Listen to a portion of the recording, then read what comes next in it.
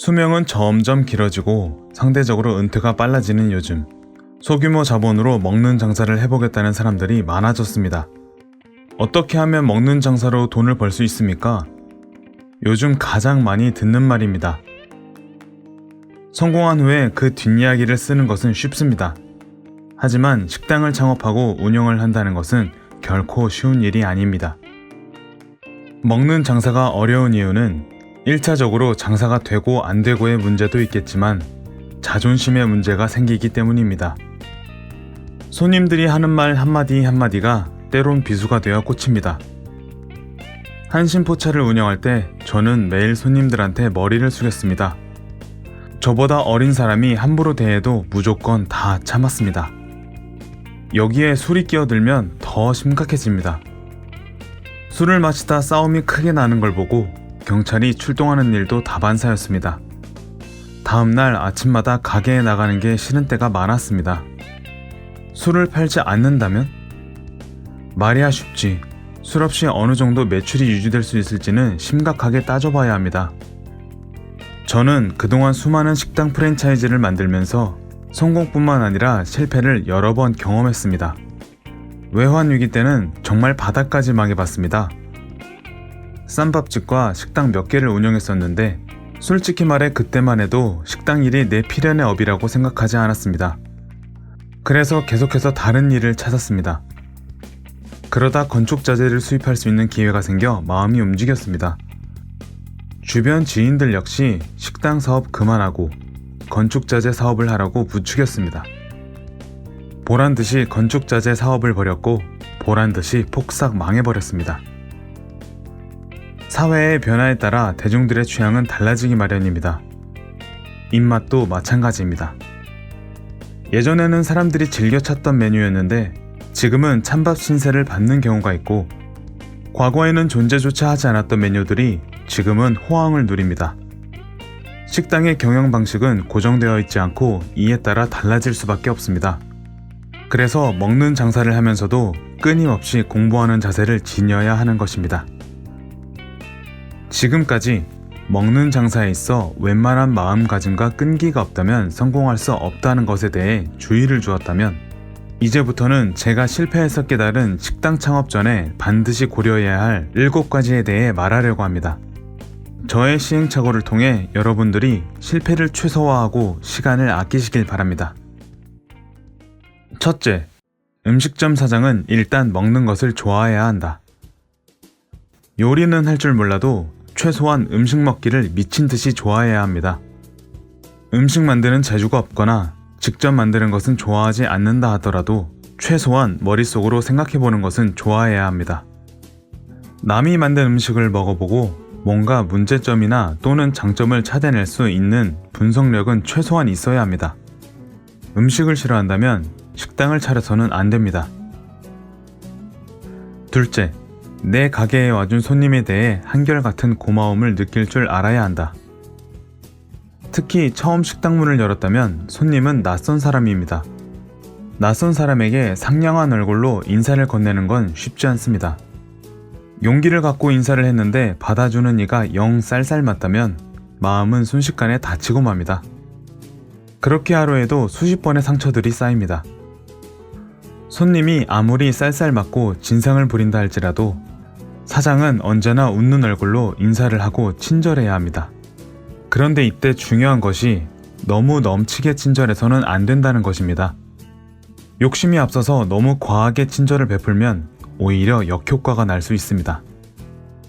내가 식당 안에서 손님에게 친절하게 대하는 모습을 언제 어디서나 보여줄 수 있는 정도까지만 친절을 베풀어야 합니다. 친절이 과해 나를 한없이 낮추는 것은 어리석은 일입니다. 앞에 이 2가지를 한마디로 한다면 음식과 사람 중 어느 한 가지도 빠짐없이 좋아하는 것이 식당 창업에 있어 절대 변하지 않는 불변의 조건이라 할 수 있겠습니다. 셋째, 학벌, 자격증은 결코 우선순위가 아니다. 공부하는 자세가 필요하다고 하니까 사람들이 묻습니다. 요리학교를 다녀야 하나요? 저는 아니다 라고 단호하게 말합니다. 저는 연세대학교를 졸업했습니다. 남들이 보기에 괜찮은 학벌을 가졌지만 이 학벌이 외식업을 하는 데 도움을 준 것은 하나도 없습니다. 어느 정도 자리를 잡고 난 뒤에 사업가로서 도움이 되었다고는 할 수 있겠지만 식당 창업의 우선순위에 있어서는 후순위로 밀립니다. 뒤쪽에서 보이지 않을 정도로 아주 후순위입니다. 외식업 관련 요리 학교를 다니는 거라면 얘기가 달라지지 않겠는가? 라고 할 수도 있겠지만 현재의 제게 학교에 갈래? 취업을 할래? 라고 묻는다면 굳이 학교를 택하지는 않을 것입니다. 조리사 자격증도 마찬가지입니다. 저는 예전에 조리학원을 다니다 일주일 만에 그만둔 적이 있습니다. 끈기가 없어서가 아닙니다. 조리사 자격증을 따더라도 실전에 들어가면 다시 배워야 하기 때문입니다. 매장에서 써먹지 못한다면 굳이 배울 필요가 있을까요? 음식에 대한 공부는 필요합니다. 하지만 학교 졸업장 또는 자격증을 위한 공부와 실전 식당 경험 중에 어느 것이 더 중요하냐고 묻는다면 실전 경험이 비교할 수 없을 정도로 중요하다고 말하고 싶습니다. 넷째, 창업은 실전 경험을 충분히 쌓은 후에 하라. 실전 경험은 강조, 또 강조해도 부족함이 없습니다. 음식을 만드는 사람이 잘 하는 실수가 있는데 자신이 만든 음식이 최고라는 생각에 갇히는 것입니다.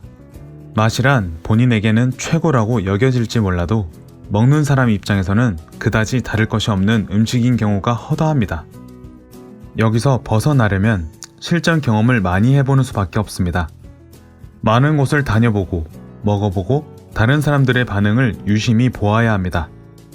맛이라는 게 얼마나 주관적이냐면 같은 맛이라 하더라도 날씨가 맑으냐 흐리냐에 따라 달라집니다. 고객이 집에서 나올 때 기분이 좋았냐 나빴냐에 따라서도 달라지죠. 아침으로 늦게 라면을 먹었는데 날씨가 흐리고 비가 올 듯해서 점심으로 칼국수를 먹을 예정이라면 아무리 맛집이라 해도 그날은 칼국수가 맛있을 리 없습니다. 그런데 아침에 기름기 많은 토스트 한 쪽을 먹고 집을 나왔는데 날씨가 선선해서 따뜻한 국물이 생각나 찾은 점심 칼국수는 맛집이 아니더라도 환상적일 수밖에 없습니다. 이런 수많은 경우의 수를 접해봐야 하는 것입니다. 단순해 보이는 설거지나 서빙도 웬만한 노하우가 쌓이지 않으면 제대로 하지 못합니다. 서빙에 무슨 노하우가 필요하냐고요? 그건 정말 외식업 초보자가 몰라서 하는 말입니다. 어떤 음식이냐에 따라 서빙 순서가 다르고 음식이 나오는 타이밍도 다릅니다.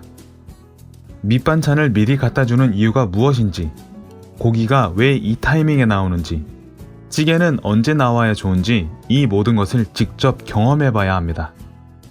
음식과 관련된 사소한 일들을 스스로 경험하며 궁금증을 느끼면서 나름대로 답을 찾아가야 진정한 노하우가 만들어지는 것입니다. 저는 식당 창업 전에 활용할 수 있는 시간 중 절반 이상은 꼭 장사가 안 되는 식당에 가서 일을 해보라고 추천드립니다. 그리고 내 매장을 열기 바로 전에는 좋은 길을 받아야 하기 때문에 장사가 잘 되는 식당에서 경험을 쌓아보라고 합니다. 어떻게 성공했는지보다 중요한 것이 어떻게 실패했는지입니다. 식당에서 실제로 부딪히는 문제는 달라도 너무 많이 다릅니다. 식당은 문을 열자마자 대박이 나는 경우는 드뭅니다. 안 되는데 가야 하는 이유는 식당을 운영하는데 가장 중요한 것을 배우기 때문입니다. 바로 인내심입니다. 인내의 기간 동안 왜 손님이 없을까? 왜 음식이 맛이 없을까? 왜 단골 손님이 없을까? 끊임없이 문제를 제기하고 개선책을 미리 찾아 나가야 합니다. 이왕이면 규모가 작은 식당에 가서 경험을 쌓는 게 좋습니다. 일하는 사람이 많은 큰 식당에서는 정해진 일만 하기 때문입니다. 하지만 규모가 작은 곳에서는 급한 경우에 어떤 일에도 투입이 됩니다. 주방, 홀 구분 없이 경험을 쌓을 수 있다는 말입니다. 다른 사람의 가게에서 일하는 건 이 외에도 이점이 많습니다. 그 중에 가장 중요한 이점 중 하나가 자신이 정말 외식업에 맞는 사람인지를 파악할 수 있다는 것입니다. 음식을 좋아한다 해도 식당 운영이 안 맞을 수 있습니다. 식당과 맞는 사람이 따로 있을까?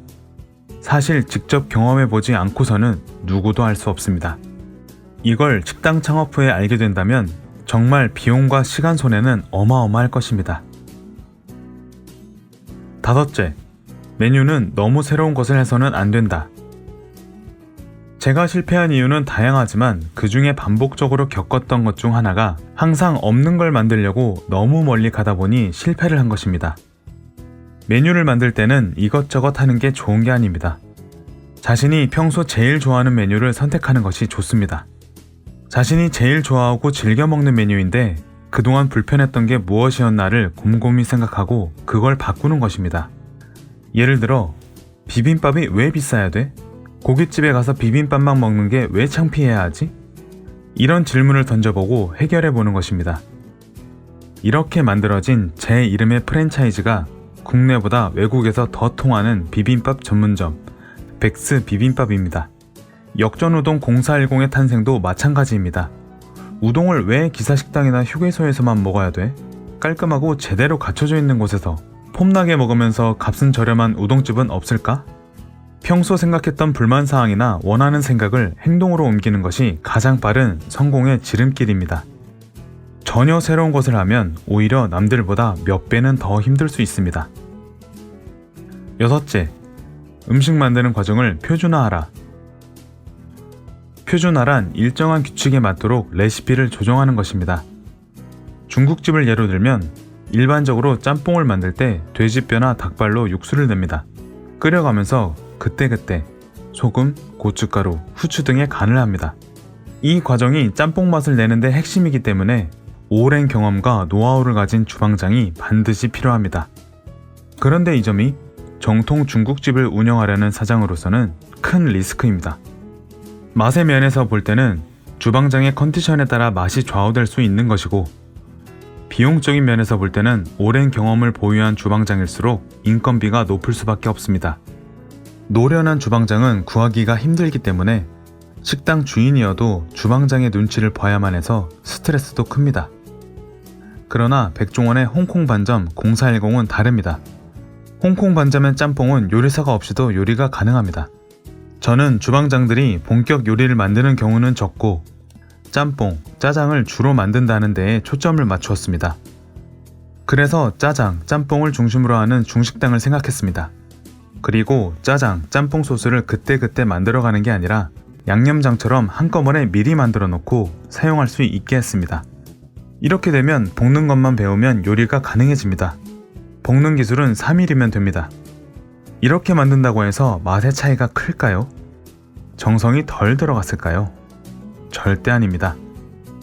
대부분의 손님이 맛의 차이를 느끼기 어려울 정도로 퀄리티가 오히려 더 좋습니다.